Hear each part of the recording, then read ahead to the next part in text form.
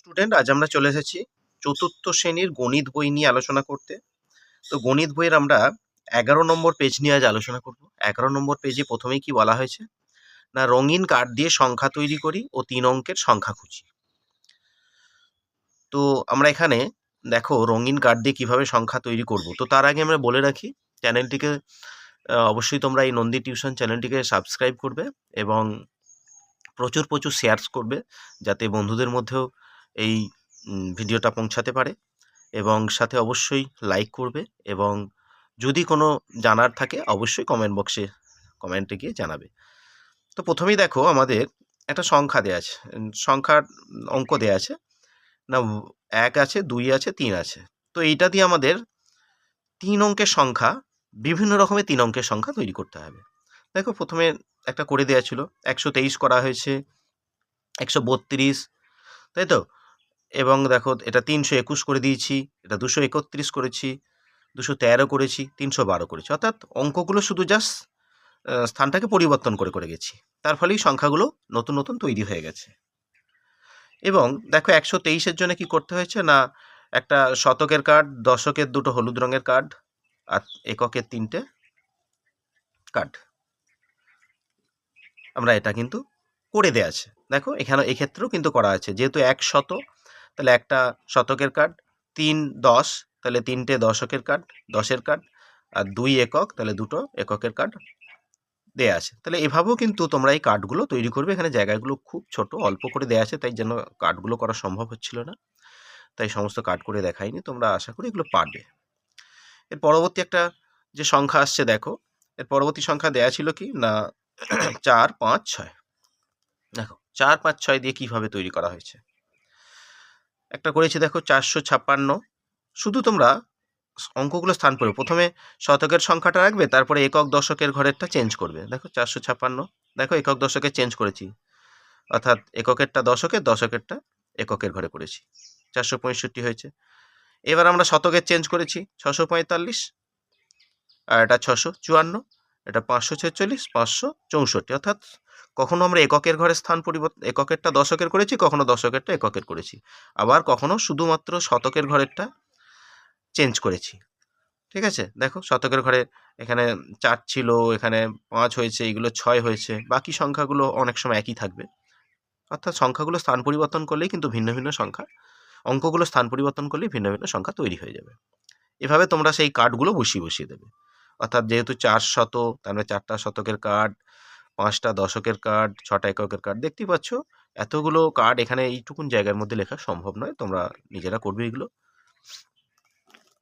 এর পরবর্তী একটা কি দেয়া আছে, 708, পরবর্তীটা দেয়া আছে 708। দেখো 708 করেছি, 780 করেছি, অর্থাৎ একক দশকের ঘরটা প্রথম চেঞ্জ করেছি, তাই তো।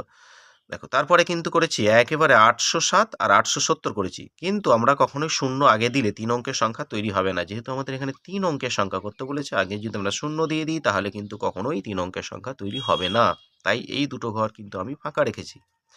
অর্থাৎ যদি আমি 078 বা 087 করতাম তাহলে কিন্তু কখনোই সেটা 3 অঙ্কের সংখ্যা হয় না, তাই এরকমটা করা যাবে না। পেলাম সবচেয়ে বড় সংখ্যা এখানে, এর মধ্যে 870, আর সব থেকে ছোট সংখ্যা হচ্ছে 708। এই 4টে সংখ্যার মধ্যে আমরা কত সব থেকে বড় সংখ্যা পেয়েছি 870, এবং সব থেকে ছোট সংখ্যা পেয়েছি 708। তাহলে আমরা এইভাবে 3 অঙ্কের সংখ্যাটা তৈরি করা শিখলাম। পরবর্তী পেজে কি আসছে, না বাজার করি, জিনিসের দাম দেখি, কি কি কিনবো ভাবি। দেখো আমের দাম, একটা আমের দাম 8 টাকা, একটা ফুলদানি 50 টাকা, একটা পেন্সিল সেটা 3 টাকা, একটা ব্যাট, ক্রিকেট খেলার ব্যাট 40 টাকা, একটা র্যাকেট 90 টাকা, একটা 15 টাকা, একটা 60 টাকা, এটা জুতো আছে দেখতে পাচ্ছ 80 টাকা, কলা 4 টাকা, টুপি আছে একটা 25 টাকা, এটা একটা বিস্কুটের প্যাকেট আছে 5 টাকা, এটা একটা খাতা 20 টাকা, একটা পেয়ারা আছে 5 টাকা দাম, একটা জুস 35 টাকা, একটা খেলনা গাড়ি আছে 30 টাকা, একটা জলের বোতল 10 টাকা। তাই এইভাবে আমরা জিনিসের দামগুলো পেয়ে গেলাম। তো আমরা এভাবেই আমাদের কাজগুলো পরবর্তী ক্ষেত্রে করতে হবে। দেখো পরবর্তী ক্ষেত্রে কি কাজ আসছে, না পরবর্তী ক্ষেত্রে প্রথমেই কাজ দেওয়া হয়েছে কি, না সৌমেন, সৌমেন কি করেছে, না একটা খাতা, একটা টুপি, একটা পেন্সিল কিনলো। সৌমেন দোকানিকে 100 টাকা দিল, সৌমেন দোকানিকে 100 টাকা দিল। তাহলে দোকানি সৌমেনকে কত টাকা ফেরত দেবে। তাহলে সৌমেন তো একটা খাতা কিনেছে, একটা খাতার দাম আমরা আগেই জেনেছি 20 টাকা, ঠিক আছে। একটা টুপির দাম আমরা আগে জেনেছি 25 টাকা। একটা পেন্সিলের দাম প্রথমেই দেখে নিয়েছি 3 টাকা। পেন্সিল দেখতেই পাচ্ছ, খাতা, পেন্সিল, টুপি দামগুলো দেখতে পাচ্ছ আবার। তো আমরা সেটা কিন্তু পাশে আমরা এখানে বসিয়ে কিন্তু যোগটা করেছি, দেখতে পাচ্ছ যে 20 টাকা, 25 টাকা, 3 টাকা অর্থাৎ 48 টাকা। কিন্তু সৌমেন তো দোকানিকে 100 টাকা দিয়েছে, তাহলে নিশ্চয়ই অনেক বেশি টাকা দিয়েছে, তাহলে নিশ্চয়ই সে টাকাটা ফেরত পাবে। তাহলে সেক্ষেত্রে আমরা কি করব না, অবশ্যই বিয়োগ করতে হবে। অর্থাৎ 100 টাকা থেকে 48 টাকা বাদ দিলে আমরা পাবো 52 টাকা। তাহলে দোকানি সৌমেনকে 52 টাকা ফেরত দেবে, তাই তো। 100 টাকা দিয়েছে, 48 টাকার জিনিস কিনেছে, তাহলে দোকানদার অবশ্যই টাকা ফেরত দেবে। সেখানে বিয়োগ করে নেবে, তাহলে তোমরা অঙ্কটা পেয়ে যাবে, সংখ্যাটা পেয়ে যাবে। পরবর্তী পেজে কি আসছে না, পরবর্তী পেজে আসছে দেখো, রেশমি এক জোড়া জুতো, একটি ছাতা, এক প্যাকেট বিস্কুট কিনলো। তাহলে রেশমি কত টাকার জিনিস কিনেছে না, এক জোড়া জুতোর দাম 80 টাকা, আগের পাতায় তোমরা দেখতে পাবে ছবিতে। একটা ছাতার দাম 60 টাকা, এক প্যাকেট বিস্কুট 5 টাকা, তাহলে 145 টাকা। তাহলে রেশমি মোট 145 টাকা জিনিস কিনলো। রাহুল 4টে আম, 3 জোড়া কলা কিনলো। রাহুল দোকানিকে কত টাকা দিল? তাহলে একটা আমের দাম তো 8 টাকা, তাহলে 4টে আম কিনেছে, তাহলে 4 8 32 টাকা। 3 জোড়া কলা, 3 জোড়া মানে 6টা, 3 2 6, একটা কলার দাম তো 4 টাকা, তাহলে 6টা কলার দাম 4 গুণিতক 6 24 টাকা। তাহলে সে মোট কত টাকা জিনিস কিনলো না, 32 টাকা 24 টাকা। তো 32 টাকা 24 টাকা মিলিয়ে মোট 56 টাকার জিনিস কিনলো। তোমরা এভাবে যোগটা দেখাবে। পরবর্তী অঙ্কে কি আসছে না, পরবর্তী অঙ্কে আসছে দেখো যে প্রিয়া 5টি পেয়ারা 4টি কলা কিনলো। তাহলে 5টি পেয়ারা 4টা, একটা পেয়ারার দাম আমরা আগেই জেনেছি 5 টাকা, তাহলে 5টা পেয়ারার দাম 5 গুণিতক 5 25 টাকা। আর 4টে কলার দাম, একটা কলার দাম 4 টাকা হলে 4টে কলার দাম 4 4 16 টাকা। তাহলে মোট 25 আর 16 যোগ করে হয়েছে 41 টাকা। তাহলে তোমরা এভাবেও পাশাপাশি ওপর নিচে যোগটা করতে পারো আবার। তাহলে প্রিয়া মোট 41 টাকার জিনিস কিনলো। এই পাতার শেষ অঙ্কে কি বলা হয়েছে না, রেহানা 2টি 1 লিটার জল ভর্তি খাবার জলের বোতল কিনলো। সে দোকানিকে 50 টাকার একটি নোট দিল। তাহলে একটা জলের বোতলের দাম তো আমরা জেনে গেছি 10 টাকা, তাহলে দুটোর দাম হবে 2 গুণিতক 10 সমান 20 টাকা, তাই তো। আর সে তো দোকানিকে 50 টাকা দিয়েছে, তাহলে অনেক বেশি টাকা দিয়েছে, তাহলে নিশ্চয়ই দোকানদার ফেরত দেবে। তাহলে কত ফেরত দেবে না, বিয়োগ করতে হবে। 50 থেকে 20 বাদ দিলে 30 টাকা, তাহলে সে ফেরত পেলো 50 বিয়োগ 20 সমান হয়ে গেল 30 টাকা। এবার আমরা আবার পরবর্তী পেজে আসবো। পরবর্তী পেজে আসছে কি না, রমিতা একটি ফল রাখার ঝুড়ি, একটি ব্যাডমিন্টন র্যাকেট কিনলো। সে দোকানিকে একটি 100 টাকার নোট দিল। তা একটা ফলের ঝুড়ির দাম তো 15 টাকা, আর একটা ব্যাডমিন্টন র্যাকেটের দাম 90 টাকা, তাহলে মোট দাম কত না 105 টাকা। তাহলে 15 আর 90 যোগ করে 105 হয়েছে। তাহলে রমিতা দোকানিকে আরও ক টাকা দেবে, কারণ 100 টাকার নোট দিয়েছিল কিন্তু জিনিসের দাম হয়েছে 105 টাকা, তাহলে এখনও টাকা লাগবে। তাহলে 105 থেকে 100 টাকা বাদ দিলে 5 টাকা, তাহলে এখনও সে দোকানিকে 5 টাকা দেবে। এর পরবর্তী অঙ্ক কি আসছে দেখো, নিষাদ 4টি 1 লিটার জল ভর্তি খাবার জলের বোতল আর একটা ক্রিকেট ব্যাট কিনলো। তাহলে নিষাদ মোট কত টাকা দেবে না, একটা জলের বোতলের দাম 10 টাকা, তাহলে 4টের দাম 40 টাকা। একটা ক্রিকেটের ব্যাটের দাম 40 টাকা, তাহলে মোট দাম কত হচ্ছে না 40 যোগ 40, তাহলে 80 টাকা। তাহলে নিষাদ মোট 80 টাকা দেবে দোকানিকে। পরবর্তী অঙ্ক কি আসছে দেখো, তো পরবর্তী অঙ্ক কি আসছে আমরা দেখব।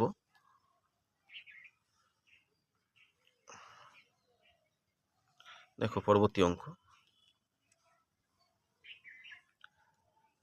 লালি 8 জোড়া কলা, 2টি আম কিনলো। 8 জোড়া কলা, 2টো আম।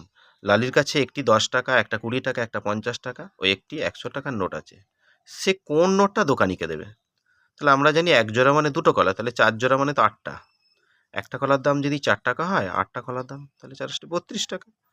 একটা আমের দাম তো 8 টাকা, তাহলে 2টো আমের দাম কত, 8 দুগুণে 16 টাকা। তাহলে সে মোট কত টাকার কিনছে না 32 আর 16 অর্থাৎ 48 টাকার জিনিস কিনছে।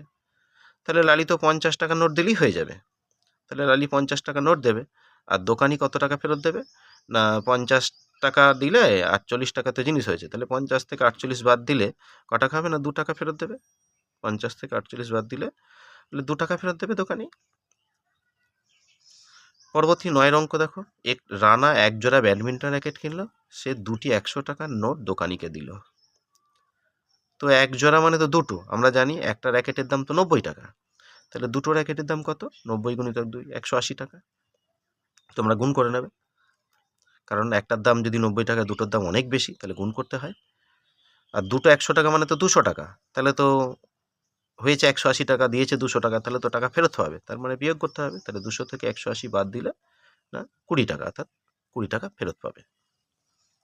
10-এর অঙ্কটা চলে আসো। পর্ণার কাছে 40 টাকা আছে, সে কতগুলি কলা কিনতে পারবে? তো আমরা জানি একটা কলার দাম 4 টাকা, তাহলে তাহলে যে 40 টাকা থাকে, তাহলে পর্ণা কটা কলা কিনতে পারবে? না 40 ভাজিতক 4, আমরা 40কে 4 দিয়ে ভাগ করলে পাবো কটা? না 10টা। তাহলে 10টা কলা কিনতে পারবে। বলছে এই টাকা দিয়ে সে যদি পেয়ারা কিনতে চায়, তবে ওই টাকায় সে কতগুলি পেয়ারা কিনবে? আমরা জানি একটা পেয়ারার দাম তো 5 টাকা, তাহলে পেয়ারা কিনতে পারবে। একইভাবে 40কে আমরা 5 দিয়ে ভাগ করব, 40 ভাজিতক 5 সমান 8টি, তাই তো? এবং কত টাকা তার কাছে পড়ে থাকবে? কারণ আমরা দেখলাম যে পুরোপুরি টাকারই তো সে কিনতে পারছে, কোনো টাকার তো অবশিষ্ট থাকছে না। 40কেও 4 দিয়ে বিভাজ্য হয়েছে, আবার 40কেও 5 দিয়ে বিভাজ্য হয়েছে, তার মানে তার কাছে কোনো টাকাই আর পড়ে থাকবে না। এই পাতা শেষ অঙ্কে কি বলা হচ্ছে দেখো, না আমার কাছে একটি 100 টাকার নোট আছে, আমি 48 টাকার কিছু ফল কিনবো, ভেবে দেখি কি কি ফল কিনতে পারবো বা কটা করে কিনতে পারবো। আমরা পেয়ে গেছিলাম একটা আমের দাম 8 টাকা, তাহলে আমি এখানে 3টে আম কিনবো, তাহলে 3 আসে 24 টাকা হয়ে যাবে। 4টি পেয়ারা, আমরা জানি একটা পেয়ারার দাম 5 টাকা, তাহলে 4টে পেয়ারা হলে 4 5 20 টাকা। আর আমরা একটা কলা কিনবো, একটা কলার দাম 4 টাকা, তাহলে 24, 20 আর 4 মিলেই তো 48 টাকা হয়ে যাবে। দেখো 24, 20 আর 4 মিলে 48, তাহলে আমি 48 টাকার ফল কিনতে পারবো। আমরা এইভাবে ফল কিনবো, অর্থাৎ 3টে আম কিনতে পারবো, 4টে পেয়ারা কিনতে পারবো, একটা কলা কিনতে পারবো। 12 অঙ্ক কি বলেছে, সীমার কাছে একটি 100 টাকার নোট আছে, সীমা বন্ধুকে কি কি জিনিস দিতে পারবে? অর্থাৎ এই অঙ্কটার মতনই তোমরা 100 টাকার হিসাব একটা করে নেবে, ঠিক আছে? এটা তোমরা নিজেরাই করবে। পরবর্তী পেজে কি আসছে, না নিজে করি। দেখতে পাচ্ছ যোগ, 3 অঙ্কের সংখ্যার যোগ আছে, দেখতে পাচ্ছ খুব সহজ। 278, 583, 110, যোগফল কত? না 8 আর 3 11, 1 হাতে 1, 7 1 8, 8 16, 1 17 7 হাতে 1, 2 1 3, 5 3 8, 1 9, 971। এখানে কিন্তু এই ঘরগুলো ফাঁকা ছিল, তোমরা এই ঘরগুলোর যোগ কিভাবে করবে দেখো। 5 আর 1 6, হাতে তো কিছু নেই, তাহলে 8-এর সঙ্গে 1 যোগ করলেই 9 হবে, আর 2-এর সঙ্গে 2 যোগ করলে 4 হবে। এই অঙ্কগুলো কি করে করবে? সবসময় খেয়াল রাখবে এই দুটো সংখ্যার যোগফল এইটা হবে, এই দুটো সংখ্যার যোগফল। যেহেতু এখানে 5 আছে, এখানে 7 আছে, তাহলে আমরা কি করব, না তাহলে 15 হতে হয় তো, 8 আর 7, এখানে 8 ধরলেই 8 7 15 5, হাতে 1, হাতে 1 আসছে, তাহলে 9 ছিল, 9 আর 1 10-এর 0, হাতে 1, এখনো হাতে 1 আছে, তার মানে 1 1 2 হলো, 2-এর সঙ্গে আর 3 যোগ করলেই তো 5, 2-এর সঙ্গে আর 3 যোগ করলেই 5। মাথায় রাখবে এই দুটো সংখ্যার যোগফল এইগুলো আসবে। ঠিক সেম প্রসেস, এটাকে আমি কেটে দিয়েছি, পাশে লিখেছি দেখো, 3 আর 1 তাহলে 4 হবে, 2-এর সঙ্গে 0 যোগ করলে 2 হবে, 5 আর 1 6 হবে, 5 আর 1 6 হবে। এরপর আসছে আমাদের, এগুলো যোগ করলাম, এরপর আসছে গুণ। 127কে 4 দিয়ে গুণ, গুণ্য কত 127, গুণক কত 4, তাহলে গুণফল কিভাবে হয়, না গুণফল সমান গুণ্য গুণিতক গুণক সমান গুণফল, তাই তো? তার মানে এখানে 127কে আমরা 4 দিয়ে গুণ করে আমরা গুণফলটা পাবো। তাহলে আমরা দেখো সেই গুণটা এখানে করছি, 127 আমরা এখানে ভেঙে নিয়েছি, 120 7, সবাইকে 4 দিয়ে গুণ করবো। 100কে 4 দিয়ে গুণ করলে 400, 20কে 4 দিয়ে গুণ করলে 4 × 80, আবার 7কেও 4 দিয়ে গুণ করবো 28, তাহলে 480 আর 28, তাদের আমরা যোগ করে পেয়েছি কত, না 8, 8 আর 2 10-এর 0 হাতে 1, 4 1 5, 508। দেখো 127কে আমরা এইভাবে গুণটা করতে পারি, তোমরা এই গুণ তো অবশ্যই জানো, 4 7 28, 8 হাতে 2, 4 2 8, 2 10-এর 0 হাতে 1, 1 4 4 1 5, 508। এরপর আসছে দেখো 238কে 2 দিয়ে গুণ, তো আমরা জানি গুণ্য 238, গুণক হলো 2, তো আমরা এইভাবেই গুণটা করবো। 238কে ভেঙেছি দেখো, 230 8, তাহলে 200কেও 2 দিয়ে গুণ করবো, 30কেও 2 দিয়ে গুণ করবো, 8কেও 2, তাহলে 200কে 2 দিয়ে গুণ করলে 400, 30 2 60, 8 2 16, তাহলে 460 আর 16 যোগ করবো, কত পেয়েছি, না 6, আবার 6 আর 1 7, 4, 476। দেখো গুণ করেছি, 8 2 16, 6 হাতে 1, 3 2 6 1 7, 2 2 4, 476। তো পরবর্তী পেজে, পরবর্তী অংশে আমরা কি নিচের অংশে দেখতে পাচ্ছি, এরপর কিছু ভাগ দেয়া আছে, এরপর কিছু ভাগ আছে।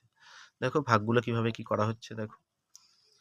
238কে 3 দিয়ে ভাগ, তো সবাই জানো আমরা 2 অঙ্কের সংখ্যাটাই নিতে হবে, কারণ 3 দিয়ে তো 3 তো 2 এর থেকে বড়। তাই দেখো 3 সাথে 21 করা আছে। 3 থেকে 1 বিয়োগ করলে 2, হাতে 8 নামবে 28, তাহলে 3 9 27 হবে। 8 থেকে 7 বিয়োগ করলে 1, তাহলে ভাজ্য 238, ভাজক 3, ভাগফল 79 হয়েছে, আর ভাগশেষ 1। তাহলে ভাজ্য সমান আমরা কি জানি, ভাজক গুণিতক ভাগফল যোগ ভাগশেষ। ঘরগুলো ছোট আছে, তোমরা এই ঘরগুলো একটু বড় করেই খাতায় করবে।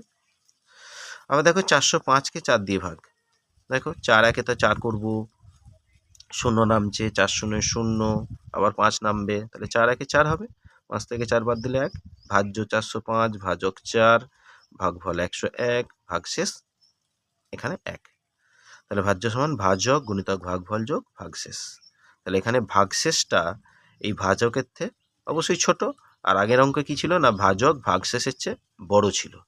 এখানে কিন্তু ভাগশেষ ভাজকের চেয়ে ছোট। দেখো ভাগশেষ তো 1, ভাজক তো 4, তাহলে অবশ্যই ভাগশেষ ভাজকের থেকে ছোট হয়েছে। পরবর্তী পেজে আমরা সময়ের অঙ্ক কষবো। সময় মতো স্কুলে যাই, সকাল 7টায় আমার স্কুল শুরু হয়। গতকাল স্কুলে যেতে দেরি হয়ে গেছে, আমি ঠিক করেছি যে আজ ঠিক সময় স্কুলে যাব। আমি ঘুম থেকে উঠেছি কটা না, সকাল 6টা। দেখতে পাচ্ছ এটা 6টা বাজে, অর্থাৎ ঘন্টার 6-এর ছোটো কাঁটা 6-এর ঘরে আছে, বড় কাঁটা 12-র ঘরে আছে। তৈরি হয়ে বাড়ি থেকে বেরোলাম সকাল 6টা 45 মিনিটে। তৈরি হয়ে বাড়ি থেকে বেরিয়ে গেলাম 6টা 45 মিনিটে, অর্থাৎ দেখতে পাচ্ছ 6টা 45 ঘড়িতে বাজছে। স্কুলে পৌঁছলাম কটার সময় না, 6টা 55 মিনিটে। আমরা সেইভাবে কাঁটাটা বসিয়েছি। কিন্তু স্কুলে গিয়ে শুনলাম ইন্দ্র আরও 5 মিনিট আগে স্কুলে পৌঁছে গেছে, তাহলে ইন্দ্র আমার থেকে আরও আগে এসেছে, তাই তো? অর্থাৎ ইন্দ্র স্কুলে এসেছে তাহলে 6টা 50 মিনিটে, তাই তো? 6টা 50 মিনিটে, অর্থাৎ আমি 55 পৌঁছেছি, কিন্তু ইন্দ্র আরও 5 মিনিটে, তাহলে ইন্দ্র 6টা 50 মিনিটে স্কুলে পৌঁছে গেছে। আমি সকাল 6টা 35 মিনিটে বাড়ি থেকে বেরিয়েছি, আমিও হেঁটে এলাম, কিন্তু আমি পরে এলাম কেন, তাই তো? আমি পরে এলাম কেন? তো কারণ নিশ্চয়ই হতে পারে আমার বাড়িটা স্কুল থেকে অনেকটা দূরে হতে পারে, তাই তো? আমার বাড়ি নিশ্চয়ই হয়তো স্কুল থেকে দূরে, তাই আমার সময়টা একটু বেশি লেগেছে। তো তোমার বাড়ি নিশ্চয়ই স্কুল থেকে দূরে, তাই পরে এসেছো, এখানে সেটাও বলে দেওয়া হয়েছে। তোমার স্কুলে আসতে সময় লেগেছে, দেখো এখানে 6টা 45-এ স্টার্ট করেছে, 6টা 50-এ, তাহলে 5 মিনিট। আমার স্কুলে আসতে সময় লেগেছে, আমি 6টা 45-এ স্টার্ট করেছি, কিন্তু 6টা 55-এ গেছি, তার মানে এখানে 10 মিনিট সময় লেগেছে। আমাদের স্কুলের প্রার্থনা সঙ্গীতের সময় কতক্ষণ না, 5 মিনিট, অর্থাৎ 6টা 45-এ স্টার্ট, আর 7টায় শেষ হচ্ছে। 6টা 45-এ স্টার্ট হচ্ছে আর 7টায় শেষ হচ্ছে, তার মানে 5 মিনিট প্রার্থনা সঙ্গীত হয়। সকলের বিদ্যালয়ে তাই হয়। ঘড়ি দেখে সময়ের পার্থক্য বের করি। দেখো এখানে ঘড়িতে কটা দেওয়া আছে না, 3টে 25 মিনিট, তাহলে থেকে দুপুর 3টে 35 মিনিট, এখানে 35 মিনিট, তাহলে মাঝের সময়টা মধ্যবর্তী সময় কত না, 10 মিনিট। এখানে 25, আর এটা 25, আর এটা 35 হয়ে গেছে, 5 7 যে 7-এর ঘরে আছে, তাহলে 35 মিনিট, তাহলে মধ্যবর্তী সময় হচ্ছে 10 মিনিট। বিকেল 4টে বাজে দেখতে পাচ্ছ ঘড়িতে, আর এখানে কটা না, 4টে 15, তার মানে এখানে মধ্যবর্তী সময় কত না, 15 মিনিট। এখানে মধ্যবর্তী সময় কত না, 15 মিনিট, অর্থাৎ সময়ের পার্থক্য হয়ে যাচ্ছে এখানে 15 মিনিট।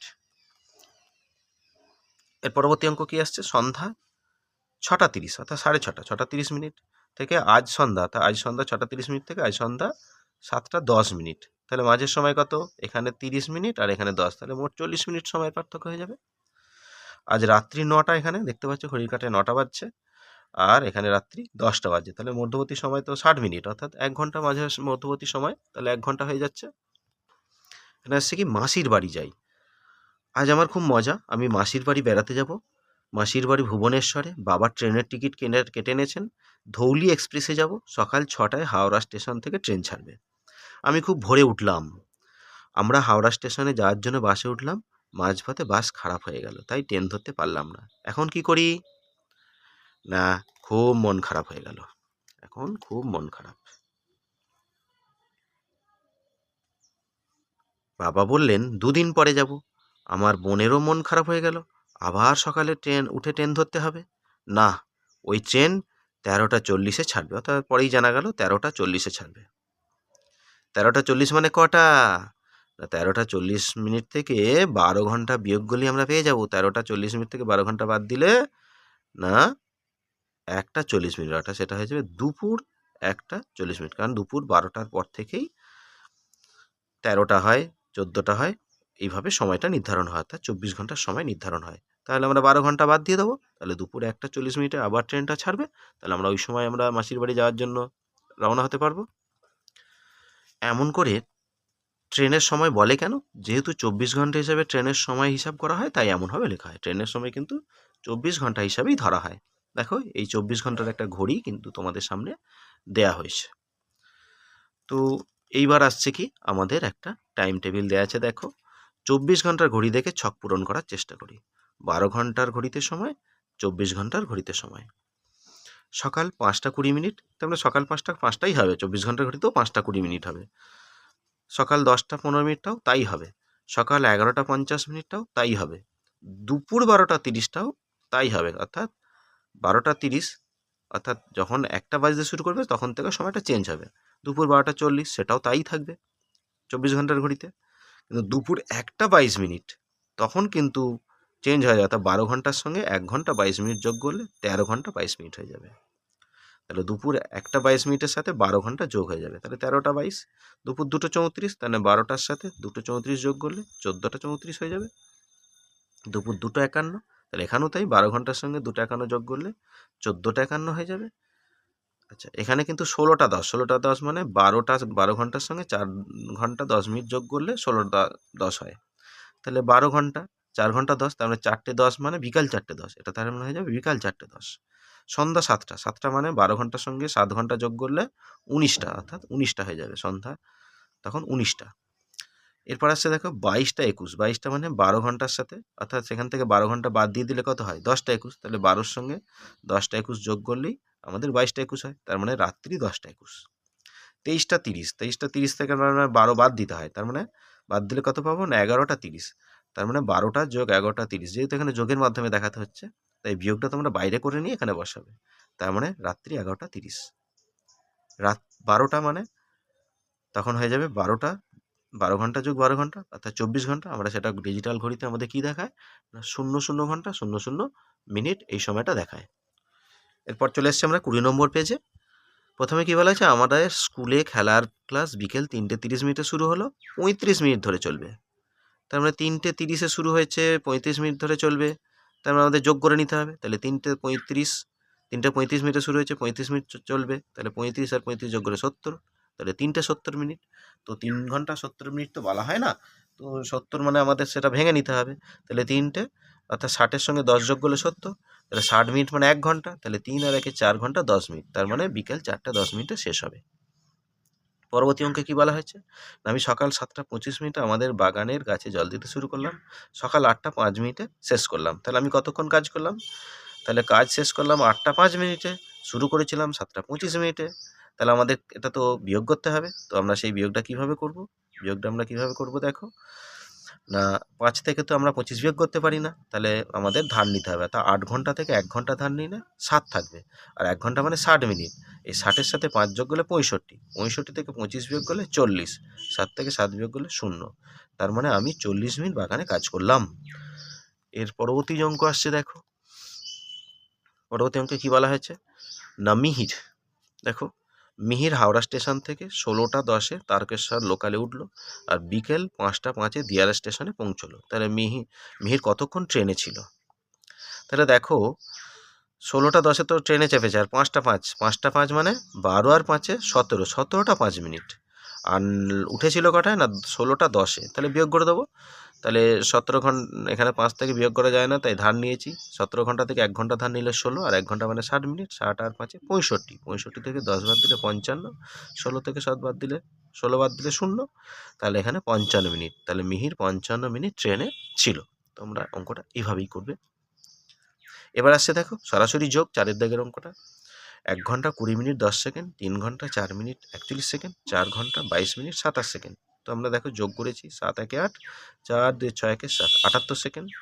এটা যোগ করে 4 আর 2 6, 2 2 4 46 মিনিট, 3 একে 4 4 8 8 ঘন্টা 46 মিনিট 78 সেকেন্ড। তো 78 সেকেন্ড বলে তো হয় না, সেটা 60 সেকেন্ডে 1 মিনিট হয়ে যায়, তাহলে আমাদের সেটা কনভার্ট করতে হবে মিনিটে। তাহলে 8 ঘন্টা 46 মিনিট, 60-এর সঙ্গে 18 যোগ করলে 78 হয়। তাহলে 46 মিনিট আর 60 মিনিট মানে এই 60 সেকেন্ড মানে 1 মিনিট, তাই জন্য 8 ঘন্টা 47 মিনিট 18 সেকেন্ড। তো পরবর্তী অঙ্কটাও সেমভাবে আমরা দেখো যোগ করেছি, এটা যোগ করে 61 সেকেন্ড হয়েছে, এটা যোগ করে 68 মিনিট হয়েছে, এটা যোগ করে 14 ঘন্টা হয়েছে। তো 68 মানে 60-এর সঙ্গে 8 যোগ করতে হবে, আর 61 সেকেন্ড মানে 60-এর সাথে 1 যোগ করতে হবে। তাহলে 60 মিনিট মানে তো 1 ঘন্টা, তাহলে 14 আর 1 ঘন্টা মানে 15 ঘন্টা, 8 মিনিট আর 60 সেকেন্ড 1 মিনিট, আর একে 9 মিনিট, আর এটা 1 সেকেন্ড, তাহলে 15 ঘন্টা 9 মিনিট 1 সেকেন্ড হবে। এরপর আমরা একদম শেষের অঙ্ক কি বলা হয়েছে দেখো, শেষে চলে আসছি। মনে মনে হিসাব করি, অর্থাৎ 6 দাগের অঙ্কে বলা হয়েছে মনে মনে। ভারত পাকিস্তানে ক্রিকেট খেলায় দুপুর 1:30টার সময় লাঞ্চ, 45 মিনিট লাঞ্চের সময়।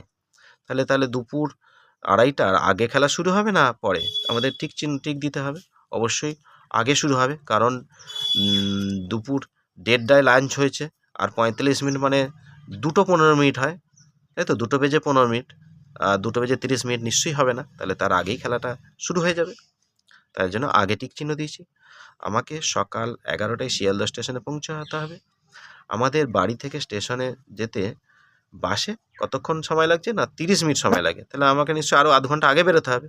আমি কখন বাড়ি থেকে স্টেশনে বের হলে স্টেশনে ঠিক সময় পৌঁছাতে পারবো না, 10:30, তার মানে 11:00 থেকে 30 মিনিট বাদ দিয়ে দেবে, দিলে কত পাবে না 10:30 মিনিট। আমি 10:30 বাড়ি থেকে বের হবো। আমি পিসির সঙ্গে সিনেমা হলে সিনেমা দেখতে গেলাম, দুপুর 1:15 সিনেমা শুরু হলো, 2 ঘন্টা 35 মিনিট ধরে সিনেমা দেখলাম। তাহলে সিনেমা শেষে দেখলাম আমার ঘড়ির কাঁটা কটার কাছাকাছি। তো আমরা একটা যোগ করে নেবো, দেখো আমি যোগটা এখানে করেছি। 1:15 স্টার্ট হয়েছিল আর 2 ঘন্টা 35 মিনিট চলেছে, তাহলে যোগ করে কত? 5 আর 5 10 0 হাতে 1, 3 একে 4 একে 5, 2 একে 3, 3:50 মিনিট। 3:50 মিনিট মানে প্রায় 4টে বাজতে যাচ্ছে, আর 4টের কাছাকাছি, অর্থাৎ সিনেমা শেষে দেখলাম ঘড়ির ঘন্টার কাঁটা 4-এর কাছে, কারণ 3:50 হয়ে গেছে মানে আর 10 মিনিট পরেই 4টে বেজে যাবে। এবার আমি এটা নিজের মতন করে করেছি। আমি দুপুর 1:10 ভাত খেতে বসলাম, আর 1:30 আমার ভাত খাওয়া শেষ হলো। 1:30 ভাত খাওয়া শেষ হলো। আমি কতক্ষণ ভাত খেলাম না, 10 মিনিটে স্টার্ট করেছি আর 30-এ শেষ করেছি, তাহলে মাঝের সময় কত না 20 মিনিট। তো 30 মিনিট থেকে 10 মিনিট বাদ দিলে 20 মিনিট, আমার ভাত খেতে 20 মিনিট সময় লাগলো। এভাবেই আমরা 20 নম্বর পাতাও কমপ্লিট করলাম আজকের মতন এখানেই শেষ করলাম। তোমাদের যদি অবশ্যই ভালো লেগে থাকে এই নন্দী টিউশন চ্যানেলটিকে বেশি বেশি করে সাবস্ক্রাইব করবে, শেয়ার করবে, বন্ধুদের মধ্যে শেয়ার করবে। যদি কোনো সমস্যা থাকে কমেন্টে গিয়ে জানাবে, অবশ্যই লাইক করবে, অবশ্যই চ্যানেলটিকে সাবস্ক্রাইব করবে। আজকে এই পর্যন্তই।